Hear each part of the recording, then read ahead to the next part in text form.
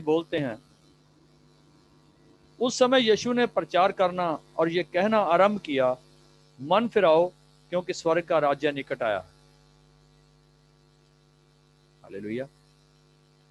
कहानी बहुत जल्दी समाप्त हो जाती है 2 शब्दों में। मन फिराओ क्योंकि परमेश्वर का राज्य निकट आ गया। लेकिन जब इतने इजी युग में हम रह रहे हैं, मुक्ति इतनी आसान है, तो क्या सब लोग मुक्ति को प्राप्त कर रहे हैं? क्या पवित्र वचन बोलता है कि सभी लोग परमेश्वर के राज्य में चले जाएंगे? परमेश्वर के राज्य में सभी लोग नहीं जाएंगे, बहुत थोड़े लोग परमेश्वर के राज्य में जाएंगे।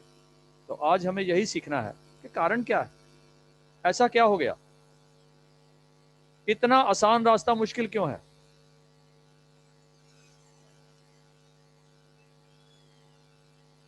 क्या हमने एक बार एंट्री ले ली, टिकट ले लिया परमेश्वर के राज्य का, तो उसमें से बाहर नहीं हो सकते?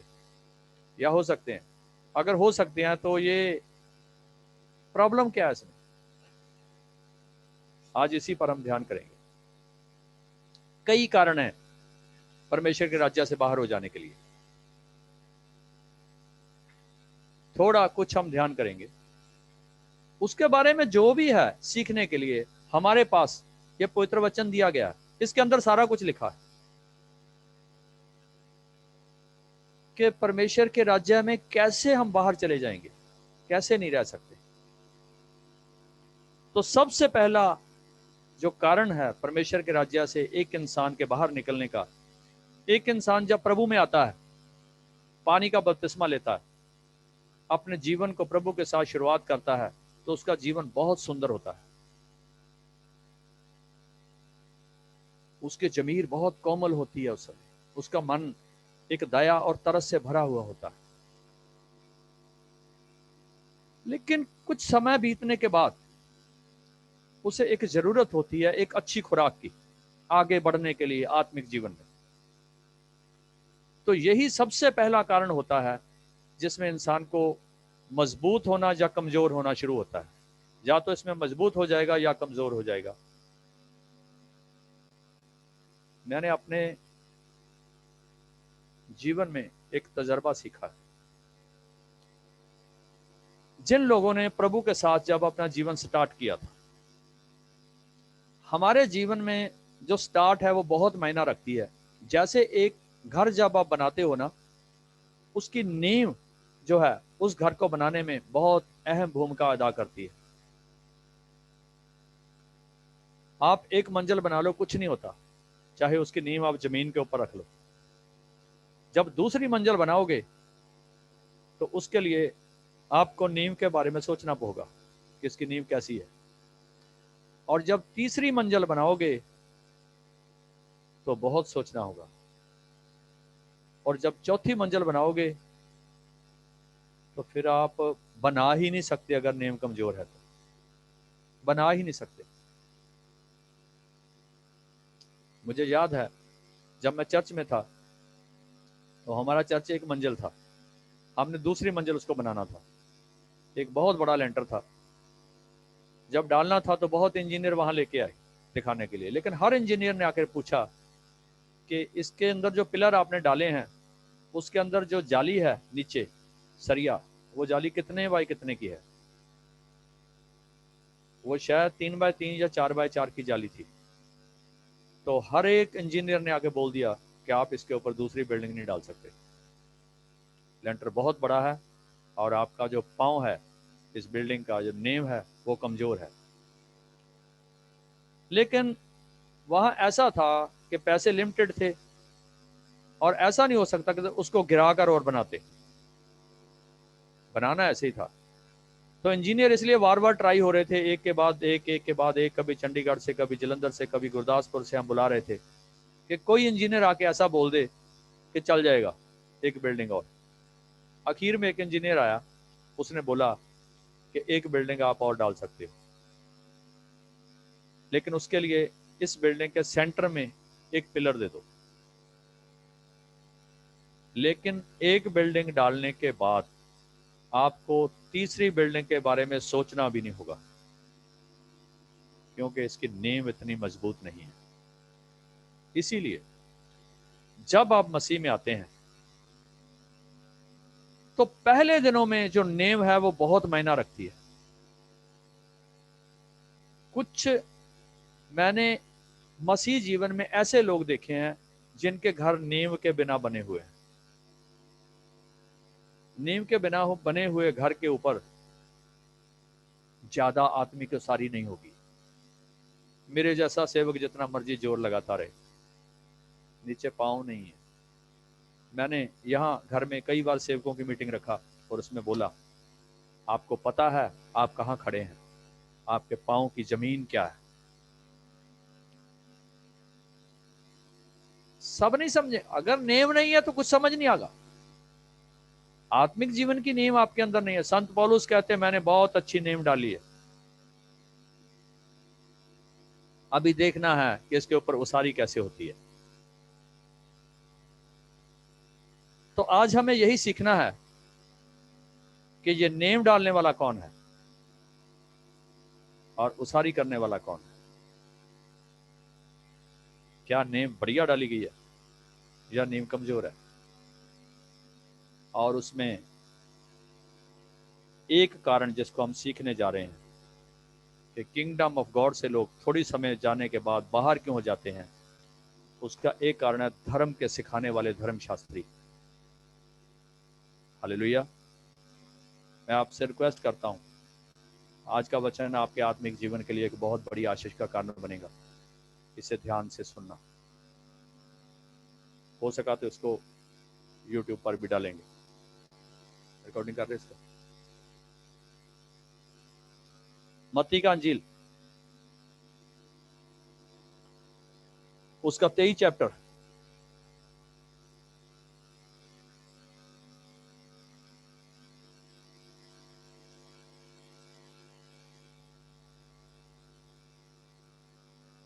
उसका 13 और 14 वचन।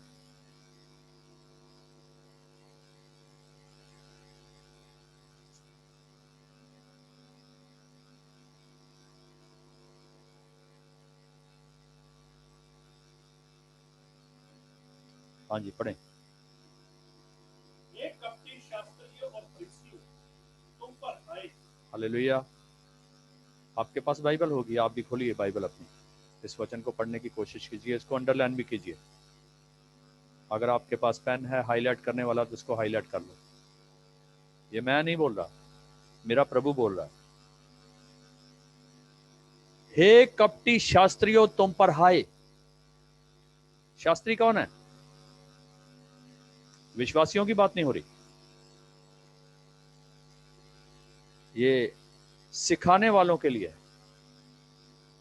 और प्रभु यीशु मसीह के बारे में जब वचन से आप पढ़ेंगे, अगर प्रभु यीशु मसीह ने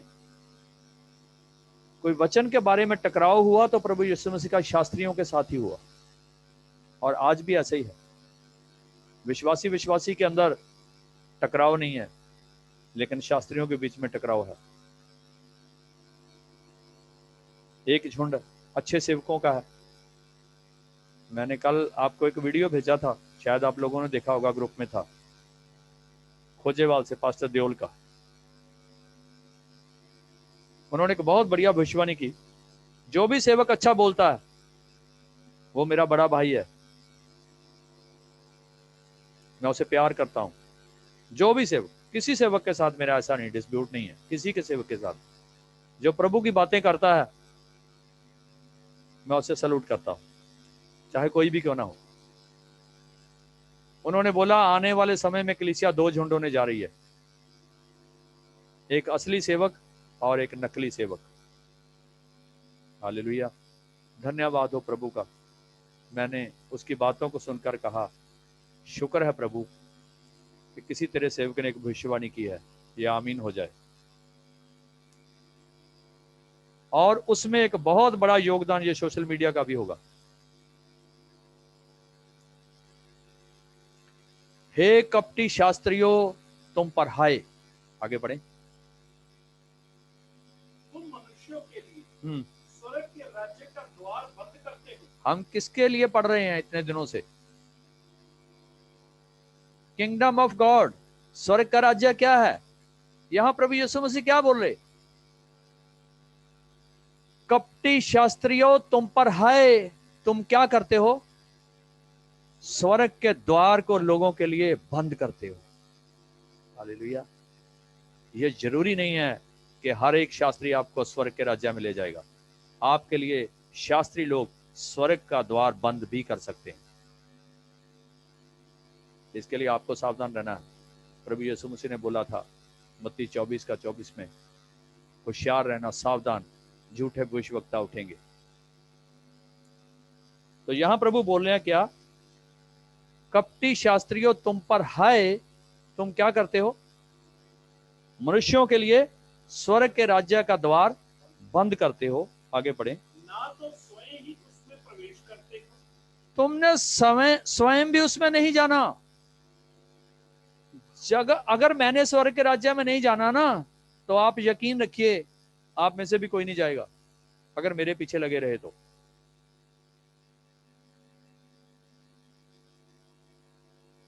यह बहुत सोचने का विषय है, सारी जिंदगी ध्यान रखना है इसका। प्रभु यीशु मसीह शास्त्रियों पर हाय क्यों कह रहे हैं? स्वर्ग का राज्य बंद करते हो द्वार, क्योंकि तुमने समय उनमें नहीं जाना है। आगे, और ना उसमें प्रवेश करने वालों को प्रवेश करने देते हो। उसमें कोई प्रवेश करना चाहता है तो उसको भी आपने रोक देना है। हालेलुया। अंधे का अगुवा अंधा और दोनों कुएं में। हम रोशनी की संतान है, आपको आंखें खोलकर चलना है। प्रभु यीशु मसीह जिस जिस बात के लिए चेतावनी देते हैं, उन बातों को रेड लाइन से करके रखो ध्यान से, कि प्रभु ने किन किन बातों से चेतावनी दी है। झूठे भविष्यवक्ताओं से प्रभु ने चेतावनी दी है। तो क्या आज का जो मेरा विषय है, क्या किंगडम ऑफ गॉड, स्वर्ग के राज्य में जाने के लिए लोग थोड़े होंगे? आज देखो जो भीड़ें की भीड़ें जा रही हैं मसीह में, दुनियावी चीजें ढूंढने के लिए, कोई पैसों के लिए, कोई शादी के लिए, कोई तंदुरुस्ती के लिए, कोई गाड़ी के लिए, कोई बंगले के लिए, दुनियावी चीजें ढूंढ रहे हैं जो लोग। क्या वो स्वर्ग का राज्य ढूंढ रहे हैं? आप जो ढूंढते हो वही पाओगे ना। प्रभु ने बोला ढूंढने वाला पा लेता है। अगर हमारी तलाश स्वर्ग राज्य की है तो हम स्वर्ग के राज्य में जाएंगे। अगर हमारी तलाश दुनियावी चीजों की है तो दुनियावी चीजें भी हमें मसीह में आकर मिल जाएंगी। लेकिन प्रभु के वचन में लिखा है वो अपना फल पा चुके। तो ये सवाल उठता है, इसका मतलब क्या स्वर्ग के राज्य में थोड़े लोग जाएंगे? प्रभु यीशु मसीह से चेलों ने एक सवाल किया, प्रभु क्या स्वर्ग में जाने वाले लोग थोड़े ही होंगे? मैं इसीलिए बोलता हूं कि लोग इसे पढ़ते नहीं है, ये प्रॉब्लम है। इसके अंदर हर बात का जवाब है। क्या प्रभु स्वर्ग में जाने वाले, उद्धार पाने वाले लोग कम होंगे? पढ़ें लूका की इंजील, लूका 13 चैप्टर।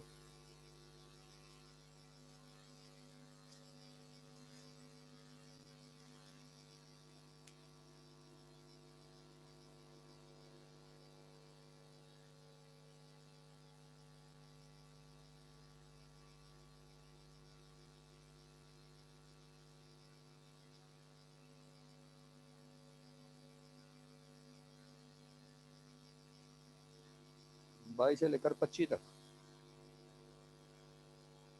वह नगर नगर और गांव गांव होकर उपदेश करता यरूशलेम की ओर जा रहा। वह यरूशलेम की ओर जा रहा था, नगर नगर प्रचार करते हुए। हाँ जी। तो किसी ने उससे पूछा, हे प्रभु, क्या उद्धार पाने वाले थोड़े ही हैं? किसी ने प्रभु को जाते हुए ही पूछा, अभी प्रचार करके जा रहे थे, क्या प्रभु उद्धार पाने वाले लोग थोड़े ही हैं? स्वर्ग के राज्य में थोड़े ही लोग जाएंगे? हाँ जी। उसने उनसे कहा, सकेत द्वार से प्रवेश करने का यत्न करो। यत्न करो साकरे मार्ग से जाने का, तंग रास्ते से जाने का। क्योंकि मैं तुमसे कहता हूं कि बहुत से प्रवेश करना चाहेंगे, बहुत से प्रवेश करना चाहेंगे लेकिन कर नहीं सकेंगे। उसका कारण क्या होगा? उसका कारण हमने शुरू कहां से किया? उसका कारण होगा शास्त्री लोग चाहेंगे। जब आदमी बपतिस्मा लेता हर एक चाहता है कि मैं स्वर्ग के राज्य में जाऊंगा, लेकिन चाहने से कुछ नहीं होगा। अभी हम एक स्टेप पर आए हैं कि उसने बोला, शास्त्रियों तुम पर हाय, तुम स्वर्ग के राज्य का द्वार लोगों के लिए बंद करते हो, इसलिए तुम पर हाय है, क्योंकि तुमने आप नहीं उसमें जाना और तुमने किसी को वहां जाने भी नहीं देना। यहां प्रभु बोल रहे हैं, बहुत जाना चाहेंगे लेकिन जा नहीं पाएंगे। जितने लोगों ने बपतिस्मा लिया है, हर एक इंसान चाहता है कि मैं स्वर्ग के राज्य में जाना चाहता हूं, लेकिन क्या सभी जाएंगे? वचन कहता है, सकेत मार्ग से प्रवेश करो, तंग रास्ते से प्रवेश करो, तब जा सकोगे।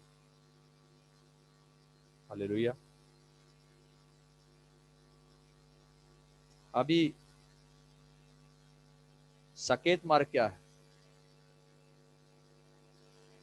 हमें ना कई बार आत्मिक जीवन में ऐसा होता, सब कुछ ना खुला खुला चाहिए हमको, ठीक ठीक, थोड़ा कोई डिप्रेशन, कोई कोई ऐसा मैं क्या चाहता हूं ऐसा सिखाने वाला हो। आज आज दुनिया में ऐसा है, लोग इधर उधर क्यों दौड़ रहे हैं? कितने लोग लुधियाना से छोड़कर जलंधर जाते हैं, कितने लोग जलंधर से लुधियाना आते हैं, इधर उधर जाते हैं, कितनी कितनी दूर जाते लोग। मैंने सुना कुछ लोग इलाहाबाद भी जाते संगति करने के लिए। मतलब है, वचन में लिखा, लोग अपने मन के अनुसार ढेर सारे गुरु धारण कर लेंगे। अपने मन के अनुसार हमें कैसा चाहिए?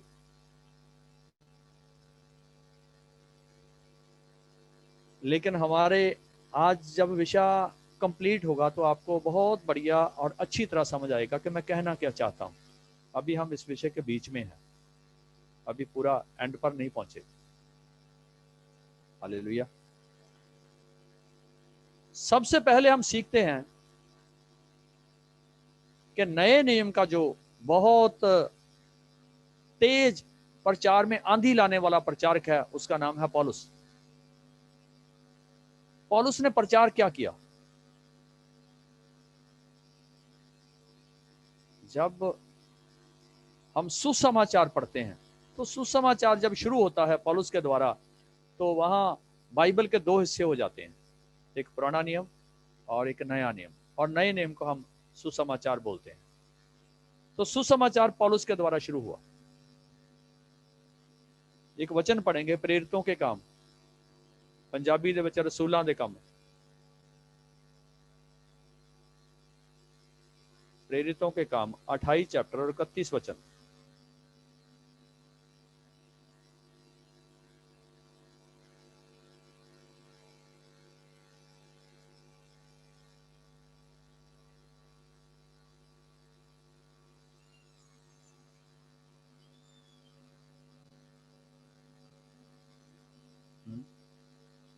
और जो उसके पास आते थे उन सबसे मिलता रहा और बिना रोक टोक बहुत निडर होकर परमेश्वर के राज्य का प्रचार करता रहा। निडर होकर परमेश्वर के राज्य का प्रचार करता रहा और प्रभु यीशु मसीह की बातें सिखाता रहा। हालेलुया। ये जो बात है ना, इसको अंडरलाइन कर लीजिए प्लीज। जिनके पास हाईलाइट वाला पेन है इसको हाईलाइट कर लो, हाईलाइट वाला पेन नहीं है तो अंडरलाइन कर लो, जिनके पास कॉपी है अपनी कॉपी पर इस वर्ष को लिख लो। क्या सिखाता रहा?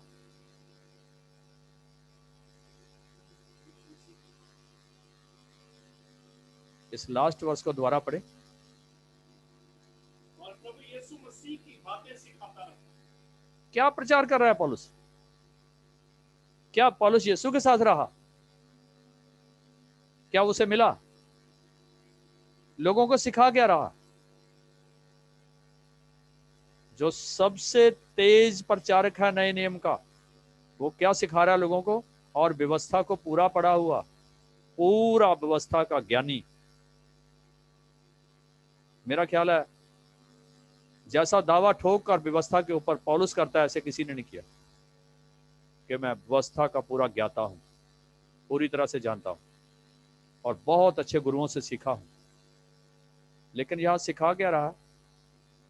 प्रभु यीशु मसीह के बारे में लोगों को सिखाता रहा। मेरी हाथ जोड़कर बेनती है कि मेरे प्रचार में मेरी एक दिल से ख्वाहिश है कि मैं यीशु मसीह के बारे में आपको सिखाना चाहता हूं। इस साल को 31 दिसंबर को जिस वचन की हमने शुरुआत की थी कि शब्द परमेश्वर है, वो शब्द यीशु है। एक गीत भी बोलते हैं ना, शब्द यीशु है वो सोई, वो शब्द यीशु ही है। और उसके बारे में कौन सिखा रहा है? सबसे पहले जिसने नए नियम की कलीसियों को खड़ा किया, शुरुआत की, उसने क्या सिखाकर शुरुआत किया? यह नए नियम की कलीसिया की शुरुआत कैसे हुई? व्यवस्था के द्वारा, पुराना नियम सिखा के? वो यीशु मसीह की बातें लोगों को सिखाता रहा। 14 की 21 से 23 आगे पढ़ें। हाँ, प्रेरितों के काम, रसूलां दे काम।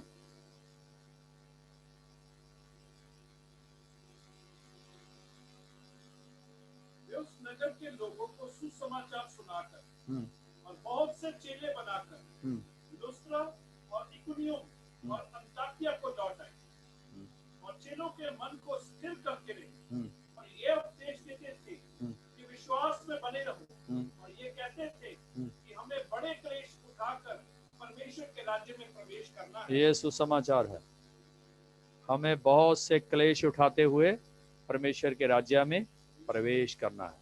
आज का सेवक क्या सिखा रहा है? झूठे प्रचारक। मैंने आज किसी से सुना कि एक हमारी संगति, कहीं छोटी सी संगति चलती है, उसमें एक बहन ने बोला तुम्हारा यीशु गंदा है। वो मेरी बात नहीं सुन रहा, उसके घर के कुछ प्रॉब्लम्स हैं, वो चाहते हैं कि सब प्रॉब्लम ठीक हो जाए। 1-2-4 संगति पर आए, प्रॉब्लम ठीक नहीं हुआ, तो उन्होंने संगति में सबके सामने बोला कि यीशु गंदा है। उसका कारण है शास्त्री, झूठे शास्त्री। हम लोगों को ये नहीं सिखा रहे कि परमेश्वर के राज्य में कैसे जाना है। हम लोगों को सिखा रहे हैं कि यीशु मसीह सेंटा क्लास है, टॉफी बांटता है।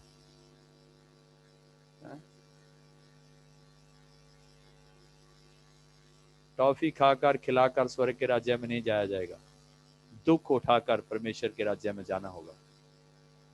यहां क्या सिखा रहे हैं पौलुस? हमें क्लेश सहकर परमेश्वर के राज्य में। कई लोग बोलते हैं पास्टर जी बड़ी प्रार्थना करते हैं, घर में लड़ाई नहीं खत्म होती। अपना मुंह बंद कर लो, लड़ाई खत्म हो जाएगी। प्रार्थना करने से लड़ाई थोड़ा खत्म होगी, मुंह बंद करने से लड़ाई खत्म होगी। इस संडे मैंने प्रचार किया था कि तुम्हारे घर में कोई क्लेश तो नहीं है। काफी कुछ ऐसी बातें थी। एक बेटी मेरे को बाद में मिली, उसने बोला पास्टर जी हमारे घर में इतना गड़बड़ चल रहा है, मुझे लगता है सारा प्रचार आपने मेरे बारे किया। मैं अपने आप को अब कंट्रोल करूंगी, मुझे लगता है मेरे घर के हालात ठीक हो जाएंगे। हमें दुख उठाकर परमेश्वर के राज्य में प्रवेश करना होगा। हमें सहना सीखना होगा, हमें बोलना सीखना होगा, हमें बातचीत कैसे करना है उसके लिए सीखना होगा।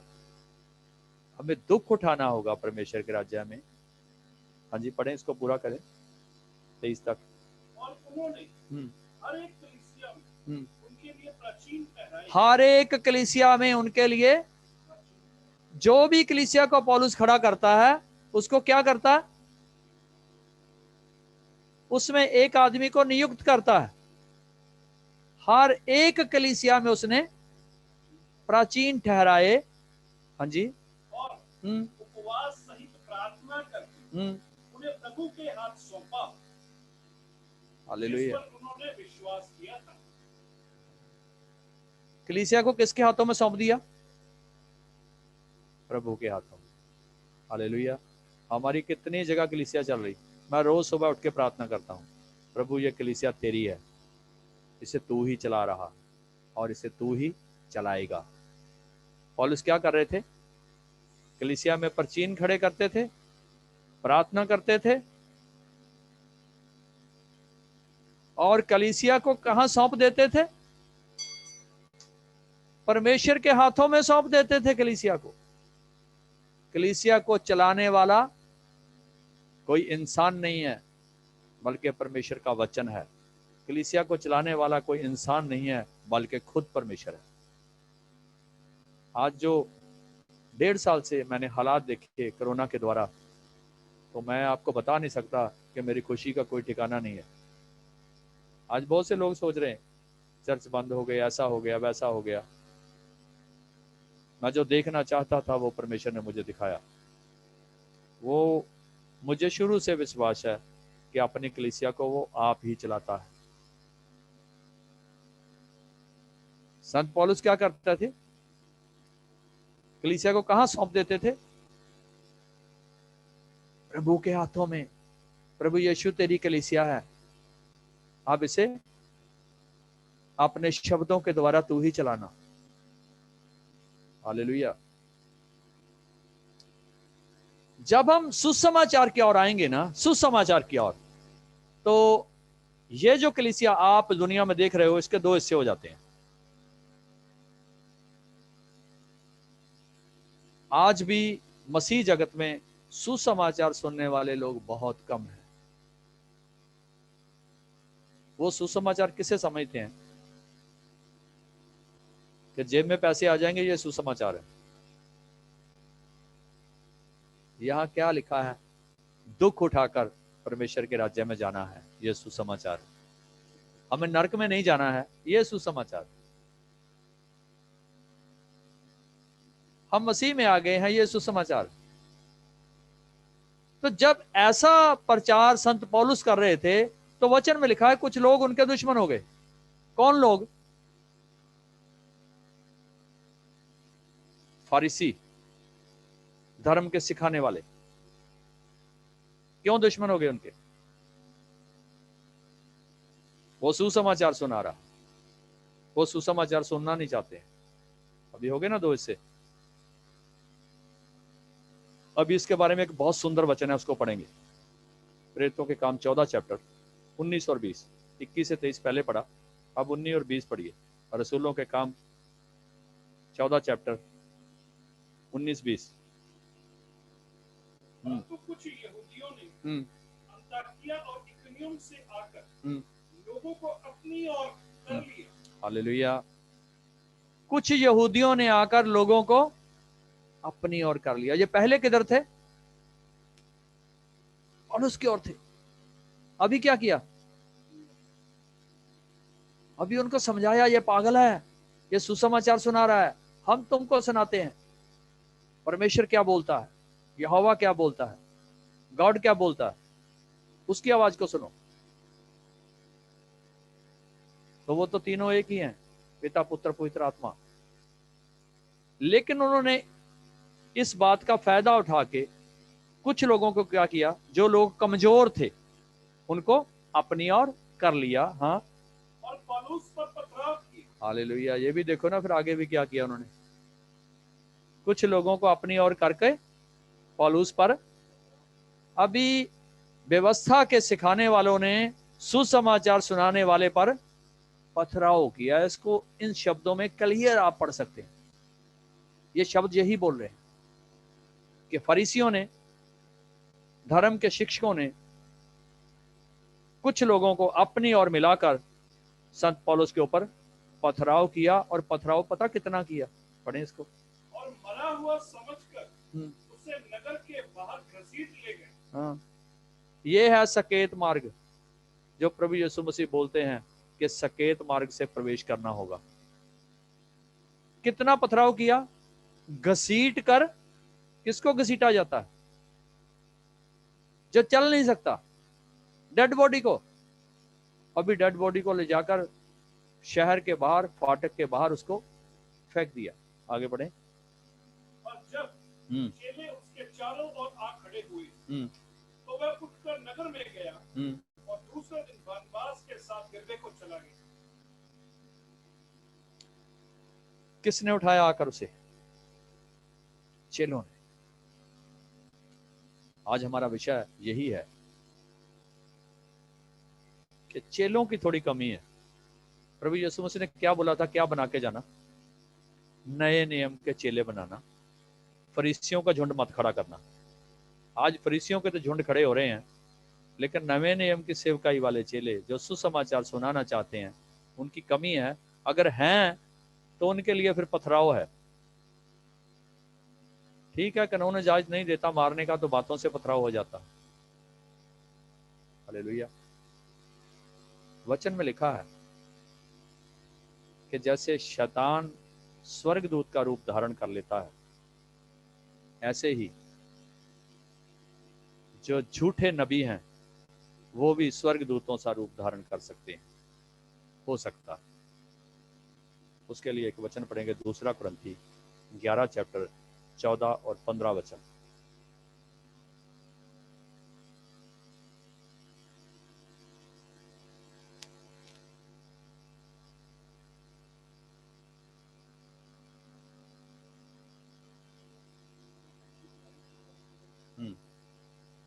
ये कुछ अचंभे की बात नहीं, ये कुछ अचंभे की बात नहीं है, क्योंकि हाँ? शैतान आप भी ज्योतिमय दूत का रूप धारण करता है। शैतान क्या करता है?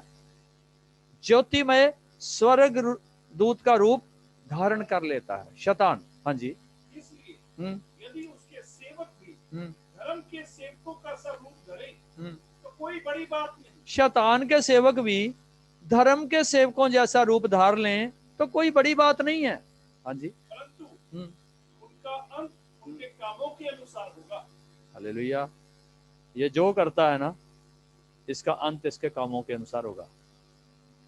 स्वर्गदूत का रूप तो धारण कर लूंगा मैं, चिट्टे कपड़े पालूंगा, 10-20 लोग अपने पीछे लगा लूंगा, कोई मेरे जूते उठाएगा, कोई मेरे पांव दबाएगा, तो क्या हो गया?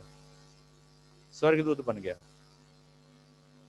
यहां लिखा है अगर शैतान के सेवक स्वर्ग रूप जैसा रूप धारण कर लें तो कोई बड़ी बात नहीं है, लेकिन क्या होगा? उनका अंत उनके कामों के अनुसार होगा। एक वो पंजाबी की कहावत है ना, कहते चोर को खाते मत देखो, जब पुलिस स्टेशन जाता है तब देखो उसे कि मार कैसी पड़ती है। मैं पिछले दिनों में एक ऑडियो मेरे पास आया था, एक बहन ने उस ऑडियो को भेजा कि ज्यादा से ज्यादा इसे वायरल करो। उसने बोला कि मैंने एक दर्शन देखा कि एक होल है, मैं उस होल से नीचे गिर गई। जब मैं नीचे गिर गई तो नीचे आग है, नरक है, तो वहां बहुत लोग चिल्ला रहे हैं। तो वो बहन बोलती, मैंने पूछा कि ये कौन है? मेरे को पता चला कि ये सारे प्रभु यीशु मसीह के सेवक हैं। बहुत से लोग थे वहां। तो कहते मैंने पूछा प्रभु ये क्यों इतना रो रहे हैं, ऐसे आग में हैं, इन्होंने तो सेवा किया है। तो उस बहन ने बताया कि प्रभु ने बोला है इन्होंने सेवा तो किया है, पर जो सुसमाचार की सेवा थी वो नहीं किया, पैसे की सेवा किया है इन्होंने मेरे नाम को जमीन पर बेचा है, लोगों को लूटा है, इसलिए आज ये नरक में तड़प रहे हैं। तो उसने बोला अभी मन फिराने का समय है, मैं रिक्वेस्ट करती हूँ सेवकों के सामने कि प्रभु से दया मांगो कि प्रभु तुम पर तरस करे और तुम बच जाओ। हालेलुया। प्रभु यीशु मसीह ने कहा मेरी भेड़ें मुझे जानती। आप किसकी भेड़ हैं? अगर आप यीशु मसीह की भेड़ हैं तो यीशु मसीह आपको जानते हैं, और यीशु मसीह अगर आपको जानते हैं ना, वो तब जानते हैं अगर आप भी उसको जानते हैं।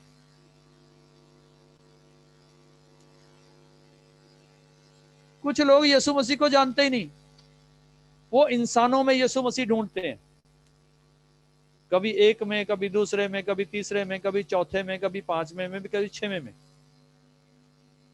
और जिंदगी में 20 साल, 25 साल, 30 साल, 40 साल ऐसे गवा देते हैं। आज का मेरा विषय यही है, क्या हम स्वर्ग के राज्य में जाएंगे भी, किंगडम ऑफ गॉड में प्रवेश करेंगे, या ऐसे ही चलता जाएगा? प्रभु यीशु मसीह खुद बोल रहे हैं, मेरी भेड़ें किसकी आवाज जानती हैं? आवाज निकालने वाला यही है, एक मुंह रखा है उसने ये बोलने के लिए। ये जब मसीह की सुसमाचार की आवाज निकालेगा तो आपको पता चल जाएगा। अभी जो आप सीख रहे हो ना, इसमें से बहुत कुछ आपको सीखने के लिए मिलेगा, और जीवन में आपको परखने का आत्मा भी प्रभु देगा। यूहन्ना की अंजील उसका 10 चैप्टर 12, 13 और 14 वचन पढ़ेंगे।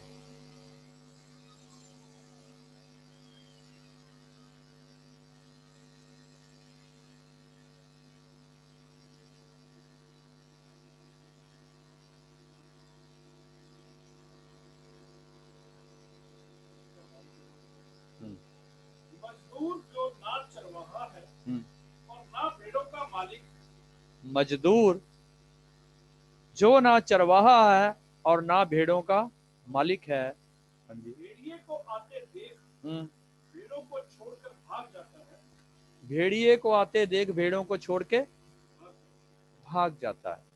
परमेश्वर ने एक रिस्पॉन्सिबिलिटी दी है सेवकों को।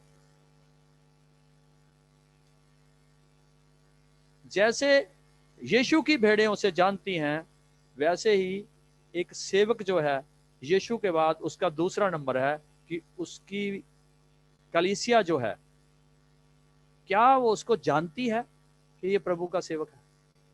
आज बहुत बड़ी समस्या है, ढेरों लोगों को नहीं पता। हाथ में बाइबल होनी चाहिए, बस पास्टर जी है, मत्था टेको और पैसे दो। कोई भी आ जाए, एनीवन। यहां क्या लिखा है? जो मजदूर है वो चरवाहा नहीं है और मालिक भी नहीं है। आगे, भेड़िए को आते देख हाँ भेड़ों को छोड़कर भाग जाता है। हाँ, जब तो ठीक रहेगा, आपके अंदर ठीक है, आप खाते पीते हैं, बढ़िया गाड़ी है, मकान है, पैसे हैं, सेवक आपके साथ बहुत प्यार से रहेगा, दौड़ता रहेगा, सिस्टर जी जय मसीह की, पास्टर जी जय मसीह की, ब्रदर जी जय मसीह की, लंबी लंबी प्रार्थनाएं आपके लिए करेगा। जब कभी प्रॉब्लम में आ जाओगे, मैं ऐसे सेवकों को जानता हूं, शादी कर लो, नाचने वाले बहुत आ जाएंगे फ्री में, है ना, मिलते हैं ना। शादी जब करते हो मंगाते हो नाचने वाले, कभी ऐसे ही मिल जाते हैं, जब ढोल बजता सभी नाचने लग जाते हैं, खुशी का माहौल है। ऐसे सेवक भी मिल जाते हैं। आप अच्छा खा पी रहे हो, बढ़िया हो, घर बढ़िया है, ढेरों मिल जाएंगे। लेकिन कब भागता है वो? जब भेड़िए को आता देखता है, जब आप पर कोई मुसीबत आएगी। कुछ सेवक मैं ऐसे जानता हूं, उनको पता ही नहीं मुसीबत क्या होती है, बस ऐसे जैसे बाप की शादी में आया ऐसे सेवा कर रहे, घूमते रहेंगे। दुख में और सुख में, दोनों समय में आपको जो परमेश्वर ने सेवक दिया है वो आपके साथ खड़ा रहना चाहिए, चाहे कोई भी हो। मैं अपने ऊपर नहीं कह रहा आपको, आप जिंदगी में, मैं आपके साथ सदा नहीं रहूंगा। आपकी कई लोगों की उम्र तो बहुत छोटी है, अभी बच्चे भी बैठे हैं जिनकी उम्र 20-22 साल है। इन वचनों की जरूरत आपको 60 साल तक पड़ेगी, और जिंदगी में इनको याद रखना। जो मजदूर है वो चरवाहा नहीं है, ना वो मालिक है। जब वो भेड़िए को आता देखेगा तब क्या करेगा? छोड़ के भाग जाएगा। हाँ जी, पढ़े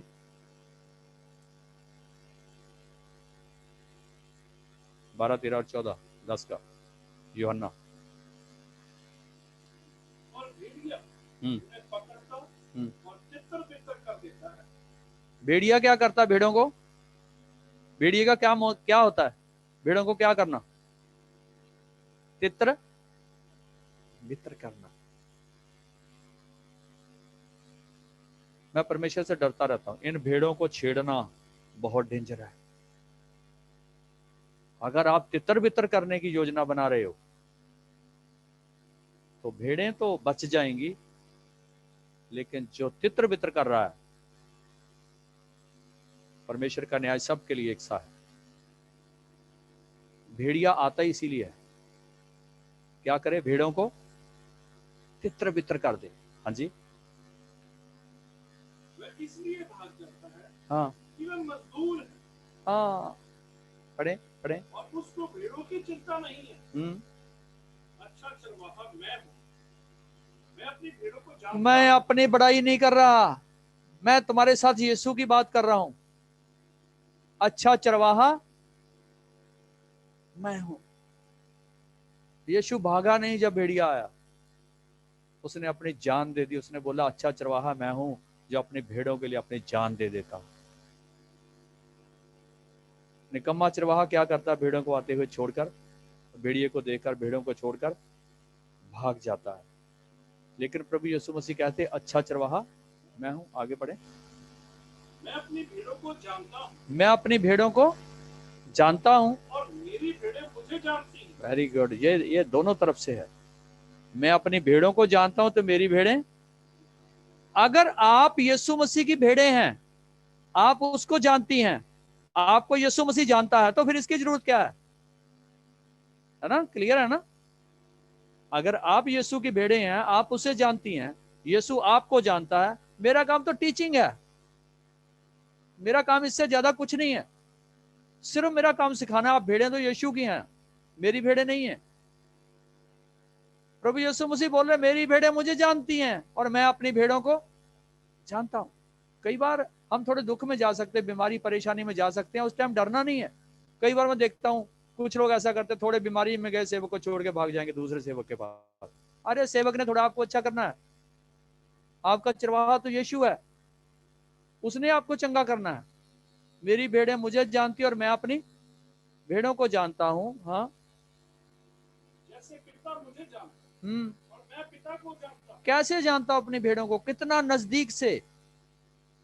एक बार सिर्फ पिता ने मुंह फेरा, प्रभु यीशु मसीह ने बोला है पिता तूने अपना मुंह क्यों फेर लिया मुझसे? कहते ऐसे ही मैं अपनी भेड़ों को जानता हूं, जैसे पिता मुझे जानता है। अगर पिता यीशु की तरफ देखते रहा, एक बार भी उन्होंने मुंह ऐसे नहीं किया, तो इसका मतलब यीशु भी हमारी तरफ ऐसे ही देखता रहता है, वो कभी अपना मुंह हमसे इधर उधर नहीं करता। प्रभु यीशु मसीह ने बोला मैं एक चंगा चरवाहा हूं, मेरे से पहले बहुत चरवाहे आए, मगर भेड़ों ने उनकी एक नहीं सुनी, क्योंकि मेरी भेड़ें मुझे जानती हैं। मेरे से पहले बहुत चरवाहे आए, लेकिन भेड़ों ने उनकी सुनी नहीं। मैं ऐसी मुलाकात मसीह के साथ वचन के द्वारा आपकी करवाना चाहता हूं कि आप उस अपने परमेश्वर सच्चे चरवाहे की आवाज को सुनना जान जाओ। जब कोई निकम्मा चरवाहा या भेड़िया कोई आए, तो आप उसकी आवाज को पहचान सको। यही आपके आत्मिक जीवन में आपका साथ देगा और स्वर्ग के राज्य में प्रवेश करने के लिए आपके लिए ये एक द्वार बनेगा। हालेलुया। आज का मेरा विषय यही था। कहां से हम शुरू हुए थे? कि धर्म के शास्त्री, हे कपटी शास्त्रियों तुम पर हाय, तुम ना खुद स्वर्ग में जाओगे और ना किसी को जाने के लिए मौका दोगे। मसीह जीवन सिर्फ और सिर्फ आशियों का जीवन नहीं है, एक सेवक के लिए खास करके दुख उठाने का जीवन है। एक वचन और पढ़ेंगे, दूसरा तीमुथियुस दूसरा चैप्टर और 3 वचन।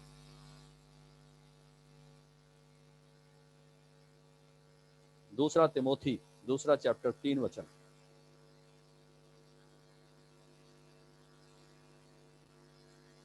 मसीह यीशु के अच्छे योद्धा के समान मेरे साथ दुख उठा। तिमोथियस को क्या लिख रहे पौलुस? मसीह यीशु के समान अच्छे योद्धा की तरह क्या कर, दुख उठा। एक अच्छे योद्धा की तरह दुख उठाना। आज जो सेवकाई आप देख रहे हो वो क्या है? कितने लोग हैं दुख उठा के सेवा कर रहे हैं? बहुत लोग हैं दुख उठा के सेवा कर रहे हैं। मैं जानता हूं कुछ लोग भूखे रहकर सेवा कर रहे हैं, कुछ लोग पैसे के लिए नहीं, अच्छी सेवा कर रहे हैं। उन सब के लिए मेरे हृदय में मैं तुमको बता नहीं सकता कितना प्यार है, जो अच्छे मन से सेवा कर रहे हैं। और मैं ये बात सिर्फ बनावटी शब्दों से नहीं बोलता, मैं अपने हृदय से बोलता हूं। जहां तिमोथियस को पौलुस लिख रहे हैं, एक अच्छे योद्धा की तरह मेरे साथ दुख उठा। आज सेवक लग्जरी लाइफ जी रहे,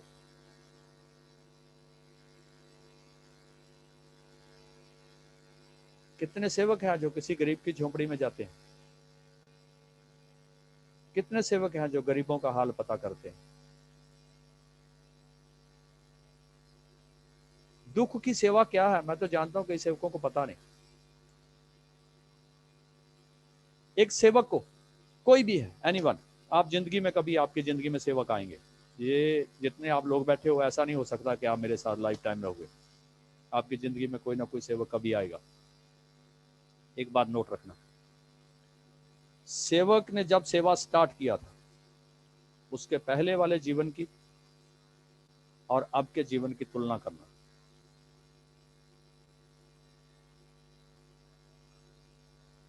अगर पहले वाले जीवन में कुछ नहीं था, अभी 3 गाड़ी है, काम कोई नहीं है, तो ये कहां से लिया?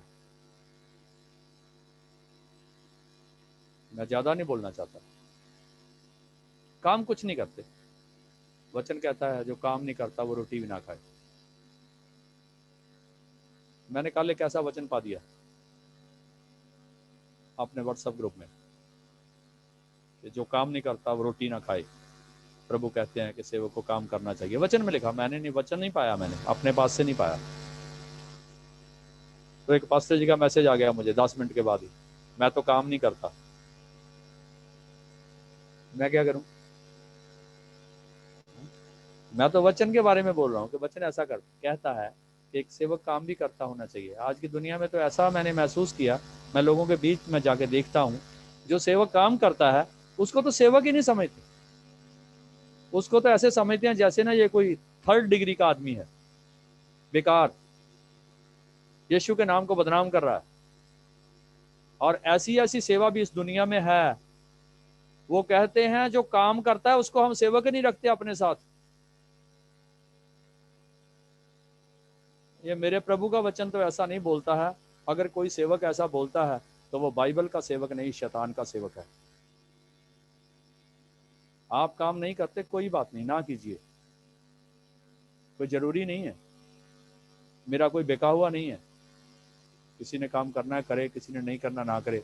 मैं तो सिर्फ वचन की बात कर रहा हूँ। संत पौलुस कहते हैं कि मैं अपने हाथों से मेहनत करके अपने लिए कमाता हूँ, अपनी जरूरतों को पूरा करता हूँ, ताकि किसी के ऊपर मैं बोझ ना बनूं।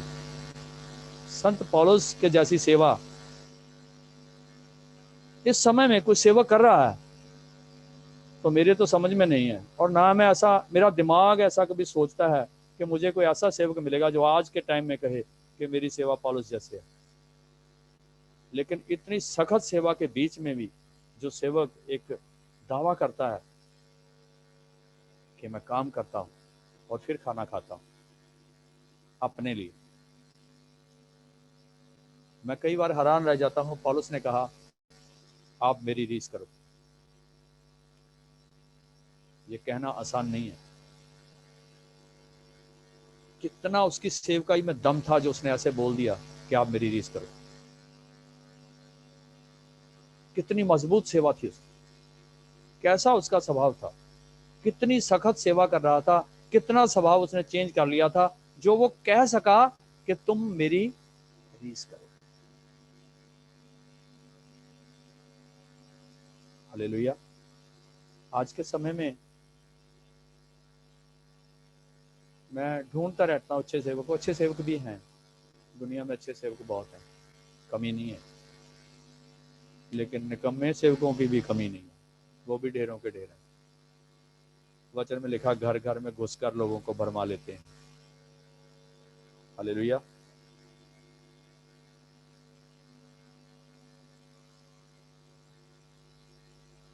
पुरानी लाइफ और नई लाइफ के बीच में जो समय गुजरा, उसके अंदर क्या कमाया और कैसे कमाया, ये जरूर चेक करना, नहीं तो स्वर्ग का द्वार आपके लिए बंद हो जाएगा अगर इसको चेक नहीं किया तो। प्रभु यीशु मसीह ने बोला था, अंत के समय का एक निशान होगा, बहुत से झूठे भविष्यवक्ता उठ खड़े होंगे। मेरा विषय लगातार चल रहा है कि हमें स्वर्ग के राज्य में कैसे जाना है, किंगडम ऑफ गॉड में कैसे प्रवेश करना है। और उसका सबसे पहला जो बैक पॉइंट है, जिस वजह से हम स्वर्ग के राज्य में नहीं जाएंगे, उसके लिए प्रभु यीशु मसीह ने हमको सिखाया है कि झूठे नबी होंगे जो क्या करेंगे, खुद तो परमेश्वर के राज्य में नहीं जाएंगे और किसी को भी वो जाने नहीं देंगे। हालेलुया। आज लोग इधर उधर दौड़ रहे हैं, बहुत दुनिया में ऐसा चल रहा है कि नो, इस समय जो ये समय बदला है कोरोना टाइम के बाद, एक दौड़ हो चली है, लोग सेवकों को ढूंढ रहे हैं। सारी कलीसिया बंद रहने के कारण कुछ लोग वापस कलीसिया में गए।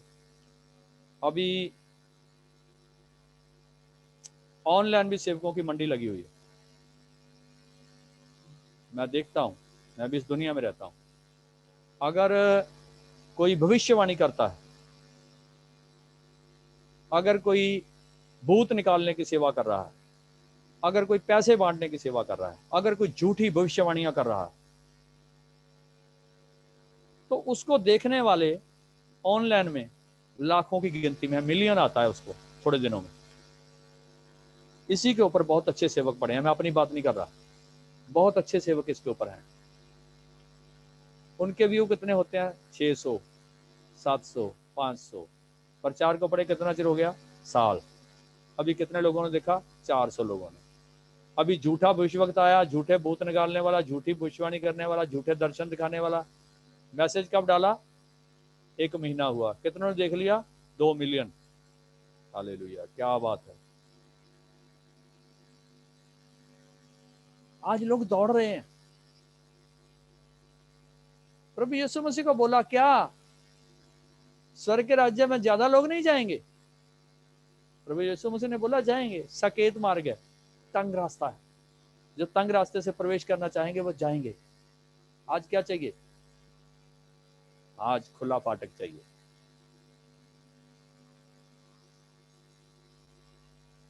हमें अपनी मंशा के अनुसार, वचन में लिखा, अंत के दिनों में लोग क्या करेंगे, अपनी मंशा के अनुसार ढेर सारे गुरु धारण कर लेंगे। मैं आज आपसे एक बात करना चाहता हूं कि परमेश्वर का वचन क्या है, किंगडम ऑफ गॉड क्या है, परमेश्वर का राज्य क्या है। आज का जो वचन है हमारा, जिस विषय में मैं आपसे बात कर रहा था, वो था मत्ती 23 का 13 और 14। कपटी शास्त्रियों, तुम पर हाय, तुम क्या करते हो, तुम स्वर्ग के राज्य में नहीं जाते और ना ही और लोगों को जाने दोगे। आज इस विषय पर थोड़ा सा मैं बात करना चाहूंगा, क्योंकि आपके स्वर्ग के राज्य में आपको जाने से रोकने के लिए एक सेवक का बहुत बड़ा योगदान है। मुझे वचन से बताइए, यिर्मयाह का पास्टर कौन सा था? अलीशा का तो एलिया था। यसाया का पास्टर कौन सा था? मूसा का पास्टर कौन सा था? आप इन बातों पर मेरे ऊपर ध्यान दीजिए, इसको ध्यान रखना, इन बातों को भूलना नहीं है। अगर कॉपी पेंसिल है तो लिखो, आपको कभी फिर याद आएगा। 5-10 साल के बाद कॉपी खोलोगे, ये भूलेंगे नहीं। मैं ऐसा बोलूंगा, आप लिखिए। मैं आपसे पूछ रहा हूं, ये सवाल है, इसके पीछे क्वेश्चन मार्क डालिए लिखकर। यसाया का पास्टर कौन था? मूसा का पास्टर कौन था? अब्राहम का पास्टर कौन था? हिजकियेल का पास्टर कौन था? कुछ लोग लिख रहे हैं, लिखिए आराम से। अब्राहम, हिजकियेल, मूसा, यसाया। दानियल,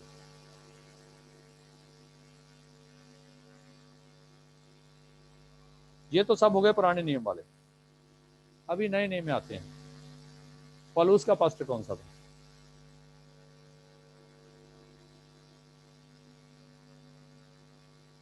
क्या किसी पर उंगली रखोगे कि ये पौलुस का पास्टर था? 11-12 में से पौलुस के साथ एक पास्टर रहा पूरी जिंदगी, और हर एक बात में पौलुस को हिदायत करता रहा, हर एक बात में पौलुस को सिखाता रहा।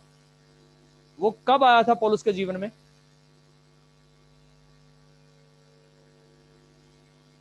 जब पहले दिन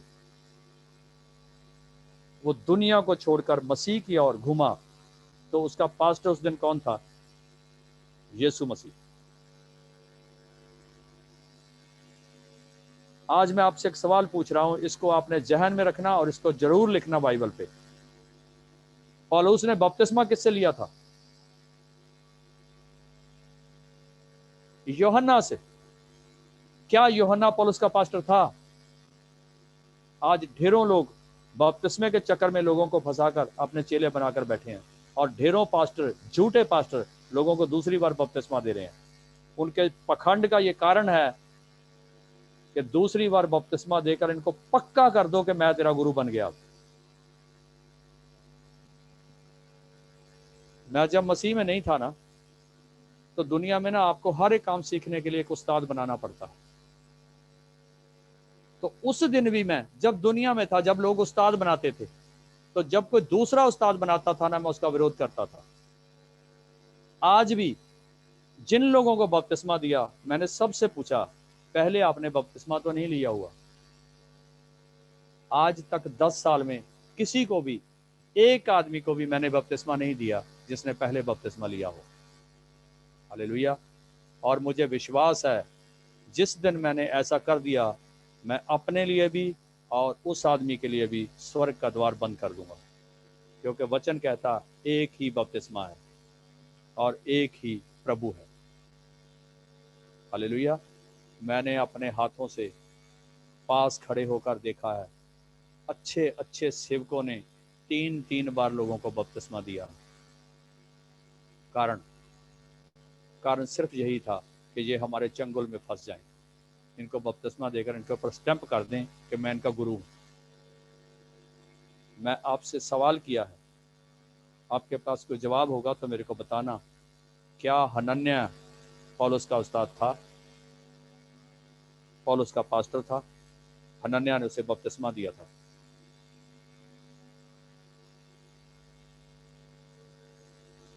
जब बपतिस्मा देने का समय आया था, तो हनन्याह ने प्रभु से बात किया था, ये तो बंदा बहुत सताता है हम लोगों को। प्रभु ने बोला था, मैंने इससे बहुत बड़े बड़े काम लेने हैं। और प्रभु यीशु मसीह ने बोला था, तुम मेरे से भी बड़े काम करोगे। हालेलुया। और वचन में लिखा है, यीशु मसीह ने अपनी जिंदगी में किसी को भी बपतिस्मा नहीं दिया, और फिर भी हम सबका गुरु है। हालेलुया। ये कैसे हो गया? बपतिस्मा नहीं दिया किसी को भी, हम सबका गुरु है।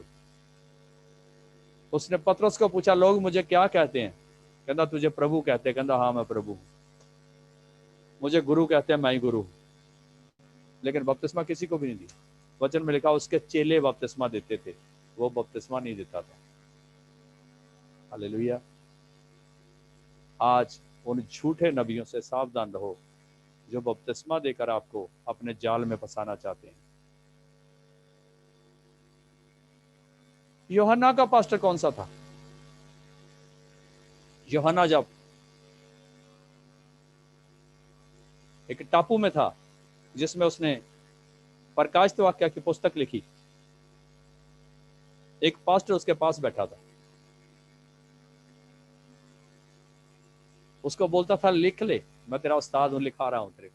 देखना उस पास्टर का कैसा डील डॉल है। हाँ, यूहन्ना पहला चैप्टर, प्रकाशित वाक्य, सॉरी, प्रकाशित वाक्य में एक पास्टर यूहन्ना के साथ है, जो यूहन्ना को लिखा रहा है। पढ़े, उसकी आइडेंटिटी है यहाँ।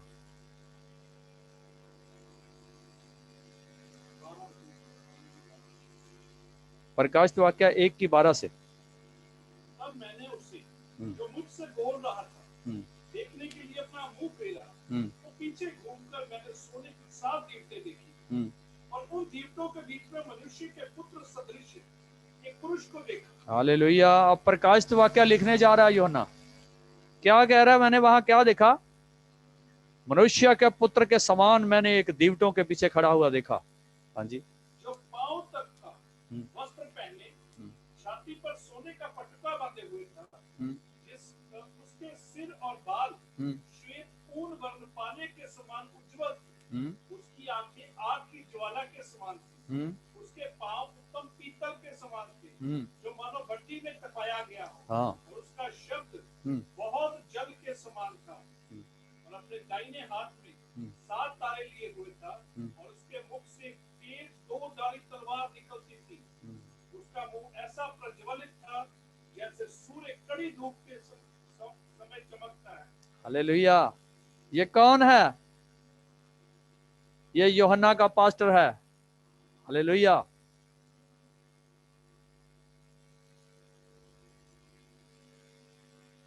आपका पास्टर कौन है? आज नोट कर लो, आपका पास्टर यीशु मसीह है। मैं आपका भाई हूं, आपका पास्टर नहीं हूं मैं। आप किससे सीखेंगे? मेरे से सीखेंगे? मेरी औकात नहीं है आपको सिखाने की। आपको वो सिखाएगा जिससे मैं सीखता हूं। मैं क्या बोल रहा हूं मुंह से, ये मेरा दिमाग नहीं है, ये उसी के वचन लेकर आपको सुना रहा हूं। ये तो एक वचन की सांझ है आपकी और हमारी, जो मैं आपके साथ बांट रहा हूं। ये वचन मुझे अच्छे लगे इसलिए आपको सुना रहा हूं। आप भी कभी मेरे को सुना सकते हैं अगर आपको वो वचन अच्छे लगे तो। हालेलुया। 26 साल हो गए मसीह में आए हुए मुझे। मैं आपको अपने दिल की गहराई से एक सच्ची कहानी सुना रहा हूं। आज तक बहुत अच्छे पास्टर हैं और बहुत अच्छे पास्टरों का मैंने प्रचार सुना है, बहुत अच्छे सेवक हैं। मैं इतना ज्यादा प्रचार नहीं जानता, मेरे से बहुत ज्यादा जानने वाले हैं, लेकिन मैं आज तक किसी पास्टर की ओर खींचा नहीं गया। मैं किसी पास्टर से प्रभावित नहीं हुआ। आज तक मैंने अगर अपने मुंह से ज्यादा बार किसी पास्टर का नाम लिया तो मेरा उस्ताद था जिसने मेरे जीवन में वचन की नींव रखी थी। उसका नाम पास्टर द्रव्यराज था और मैं उसका आदर करता हूं, लेकिन वो मेरा प्रभु नहीं था। वो 3 साल सिखा के चला गया था, बस वो सिखाया नहीं था, उसने नींव रखी थी, अच्छी नींव। उसके बाद जो मैं आपसे बातें कर रहा हूं, जो मैंने सीखा है, वो मुझे मेरे प्रभु ने सिखाया है। मैं सच कहता हूं कि मैं पास्टरों का सिखाया हुआ नहीं हूं, मैं प्रभु का सिखाया हुआ हूं। इसमें मैं घमंड नहीं कर रहा। मैं ये चाहता हूं कि आपका पास्टर भी यीशु होना चाहिए। अगर आप यीशु से सीख लेंगे तो एक गीत हम बहुत सुंदर गाते हैं, उसनों कोई भरमा नहीं सकता यीशु कोलों जो सीखा। अगर आप यीशु से सीख गए तो दुनिया का कोई पास्टर आपको भ्रमित नहीं कर सकता। अगर आपको किसी ने भ्रमित किया तो समझ जाओ कि आप यीशु से नहीं सीख रहे। हालेलुया। और दूसरा है अपने ऊपर कॉन्फिडेंस। हमें अपने ऊपर एक कॉन्फिडेंस भी होना चाहिए कि मैं जहां तक हूं मैं ठीक हूं। अगर आपको कॉन्फिडेंस नहीं है तो फिर तो सारी जिंदगी आप मसीह नहीं हो सकते। मेरी जिंदगी में एक आदत है, मैं कभी कॉन्फिडेंस नहीं खोता। मेरी शुरू से, मसीह में आने से पहले भी मेरी आदत है। ये पवित्र वचन है, इसको आप क्यों नहीं सीख सकते? इसको आप क्यों नहीं पढ़ सकते? इसको आप सीख सकते हैं, इसको आप पढ़ सकते हैं, प्रभु आपकी सहायता करेंगे।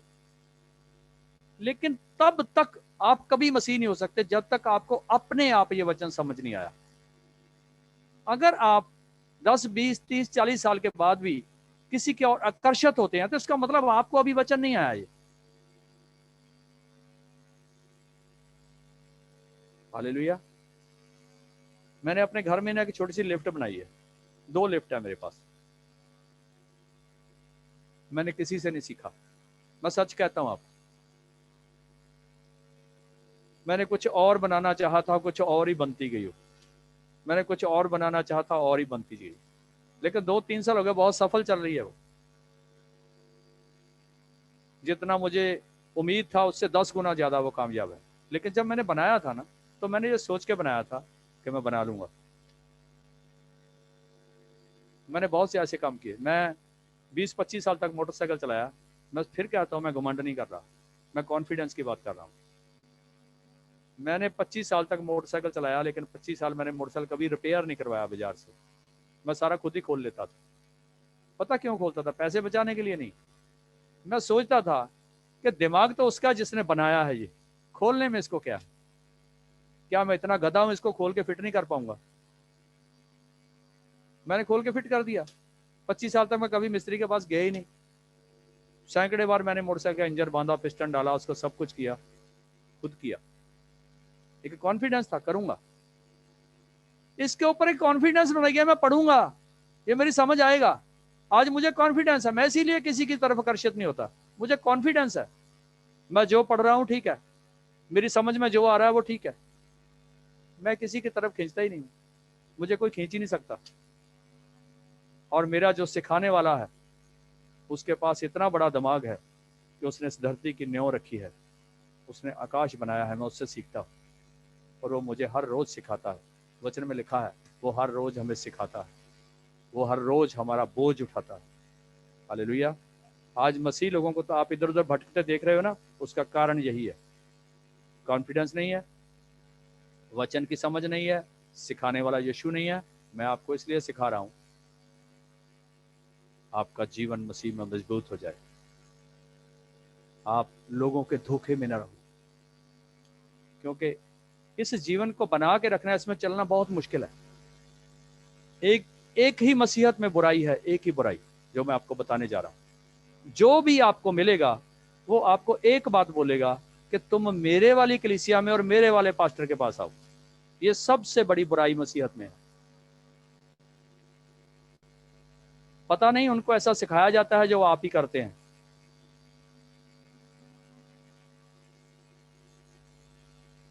आज यीशु से सीखने वाले बहुत कम हैं, क्योंकि यीशु बोलते हैं सकेत मार्ग से आओ, सक्रिय मार्ग से प्रवेश करो। आज सक्रिय मार्ग से प्रवेश करने वाले तो कम है। वचन में लिखा है, यूहन्ना बपतिस्मा देने वाले के दिनों से लेकर आज तक स्वर्ग के राज्य के लिए जोर होता रहा और प्रबलता से उसमें प्रवेश करना पड़ता है। पढ़े इस वचन को, मत्ती 11:12।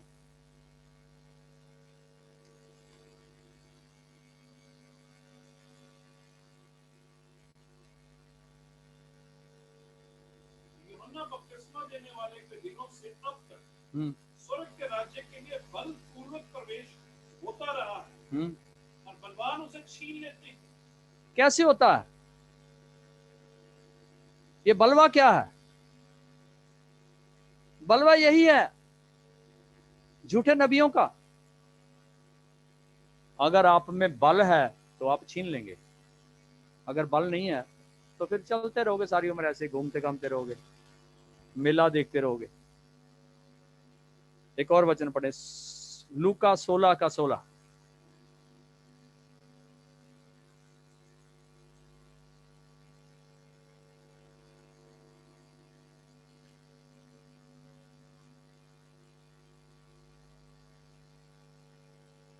व्यवस्था और भविष्य वक्ता हम्म यूहन्ना तक रहे। हम्म उस समय से परमेश्वर के राज्य का सुसमाचार हम्म सुनाया जा रहा है हम्म और हर कोई हम्म उसमें प्रबलता से प्रवेश करता है। हालेलुया। किंगडम ऑफ गॉड में कैसे जाना है? जोर चाहिए अंदर। जोर का मतलब क्या होता है?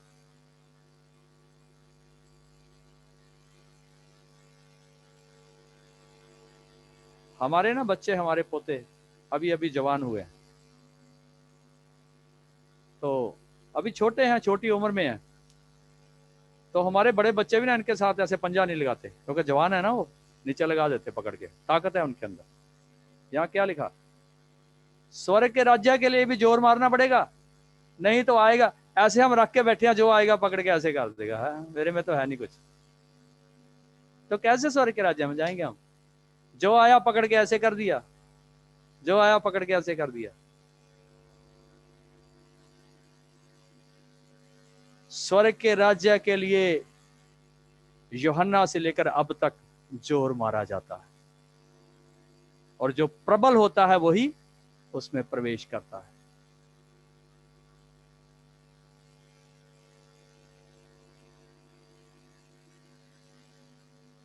आज का विषय शुरू करने से फिर बताता हूं कहां से शुरू किया था। हे शास्त्रियों, तुम पर हाय, तुम स्वर्ग के द्वार को लोगों के लिए बंद करते हो, खोलते हो नहीं। यहां खोलते हो नहीं लिखा। कौन बंद करते हैं? शास्त्री। ना तो खुद जाएंगे, ना किसी को जाने देंगे, लेकिन जाने के लिए एक रास्ता है। लास्ट वचन पढ़ के समाप्त करेंगे, और ये इसी पहली सत्र का जवाब है। पहला तिमोथी 4 चैप्टर और 7 वचन, पंजाबी में पढ़े इसे।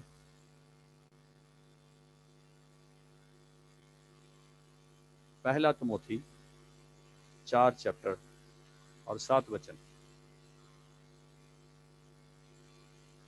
पढ़िए।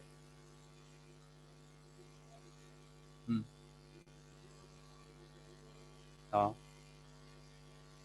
पर गंदियां ਅਤੇ ਬੁੱਢੀਆਂ ਵਾਲੀਆਂ ਕਹਾਣੀਆਂ ਵੱਲੋਂ ਮੂੰਹ ਮੋੜ हम्म। ਅਤੇ ਭਗਤੀ ਲਈ ਆਪ ਸਾਧਨਾ ਕਰ। हालेलुया। कई और बच्चे छोटे होते हैं ना, कहानी सुन के सोते रात को, है? अभी मसीह में मैं कई लोग देखता हूँ कहानियां सुनते रहते। एक छोटी किताब आती मसीह में, बाइबल, वहां लिखा है मसीह कहानियां, वो बच्चों के लिए होती है। उसमें दाऊद की कहानी, शमूएल की कहानी, अब्राहम की कहानी, मूसा की कहानी, ऐसे छोटी छोटी कहानियां। यहाँ क्या लिखा, दोबारा पढ़े इसे।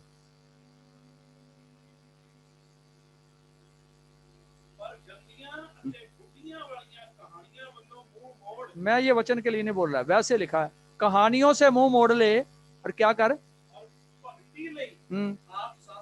भक्ति के लिए आप साधना कर।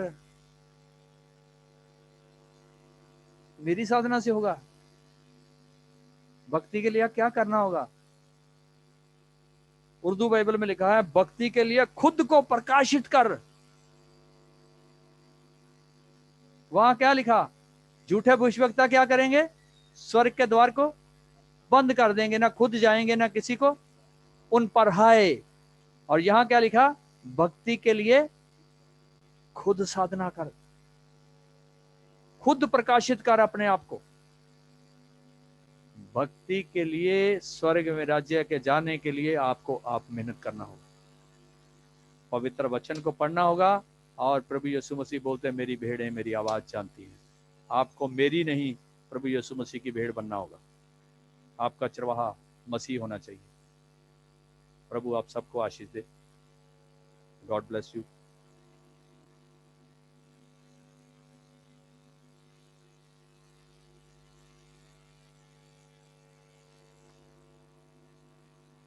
जो कुछ मैं आपसे बोलता हूं, मेरा मन होता है कि आप मसीह में बच्चे ना रहो, आप सियाने हो जाओ।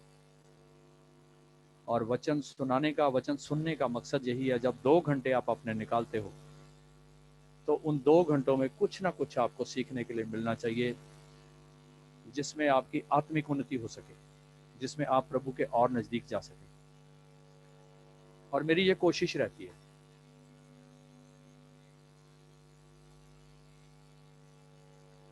और मैं देखता हूं, मेरे को बहुत लोग अच्छे लगते हैं।